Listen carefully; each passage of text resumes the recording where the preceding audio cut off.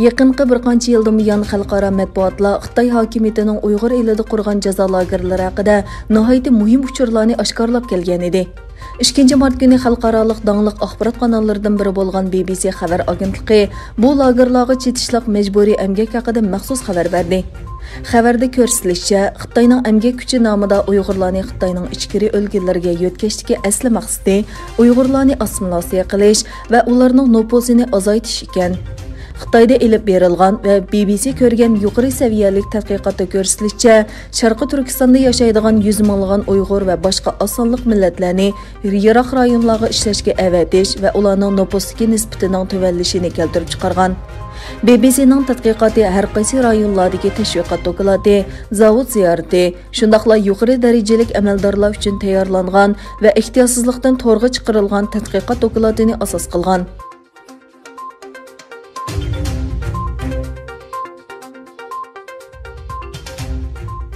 Türkiye'deki asasıq partiyalardan biri bo'lgan Bo'lan yaxshi, ya'ni İyi partiyasi Türkiye Büyük Millet Meclisiga Uyg'urlar uchrayotgan irqiy qirg'inchilik haqida o'rtaq bir qaror ma'qullab, xalqaro jamiyatga e'lon qilishni talab qildi. İyi partiyaning parlamentdagi guruhi mas'ullaridan İsmail Tatlıoğlu, Lütfü Türkan va Musavat imzosi qo'yilgan bir iltimos Türkiye Büyük Millet Meclisi raisiga sunildi. Mazkur partiyaning raisi Meral Akşener xonim 28 fevral Uyg'urlar haqida to'xtalib, Kanada va Gollandiya parlamentining Xitoyning Uyg'urlarni bostirishini irqiy qirg'inchilik deb qabul qilganligini eskartib, Turkiya parlamentiga bu haqda taklif sunishga chaqiriq qilgan edi. Parlament a'zolari mundaq degan: Sharqi Turkistondagi dindosh va qarindoshlarimizning qismatlariga qarata dunyo davlatlarining davlat, hukumat va parlament saviyasidagi inkoslari orqa-orqadan o'tirg'a chiqayotganda, ismining beshida Turkiya nomi bo'lgan Türkiye Büyük Millet Meclisi'nin bununla sükut qilishini qabul qilg'ili bo'lmaydi.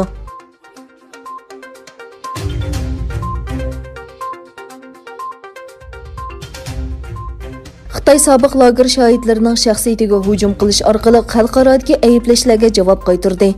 Mutaxassislar bo'lsa Xitoyning qilmishlari haqidagi guvohlik so'zlaridan andishiga tushganligini aytdi.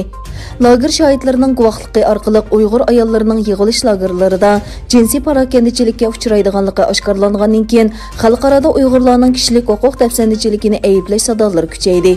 Xitoy bo'lsa guvohlik bergan ayollarning shaxsiy va tibbiy uchurlarini o'ydirish orqali ularning so'zlarini yolg'onga chiqarishga urindi. Xitoy doiralari ularning ismlari, shaxsiy hayoti va tug'ish iqtidori bormi yo'q degandek tibbiy uchurlarini e'lon qildi. Ularning ba'zilariga noshoyan munosabatda bo'lish bilan tuhmat qilsa, ba'zilarining jinsiy yo'lida yuqumli kasallik borligini aytdi. Doiralar bu uchurlar orqali u ayollarning axloqiy fazilatining nachar ekanligini isbotlashga va yig'ilish lagerlarida bosqinchilik va dafsandichilik qilmishlari borligi haqidagi ayblashlarni rad qilishga urindi.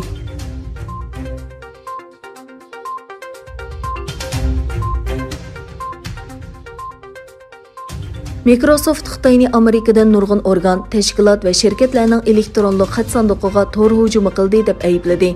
Yana bir tarafdan Xitoy hujumini hukumat bilan bevosita bog'lashning intayin sezgur siyosiy masala ekanligini o'tirg'a qo'ydi. BBC'ning doklatiga qaraganda, Microsoft elektronluk xat mulozimatiga hujum qilgan Xitoy hakkerlarining hukumat qo'llagan yuqori mahoratlik va bilimlik ekanligini aytgan.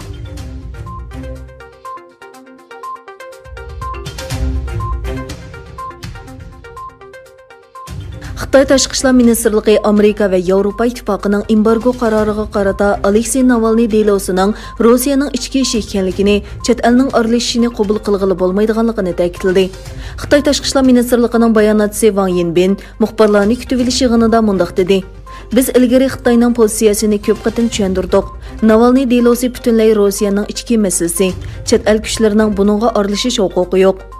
Aleksey Navalniy delosi sababli Amerika 7 nafar Rossiya fuqarosi va 14 organni qora tizimlikka kirgizgan bo'lib, Yevropa ittifoqi 4 Rossiya fuqarosiga jazo yurgizgan.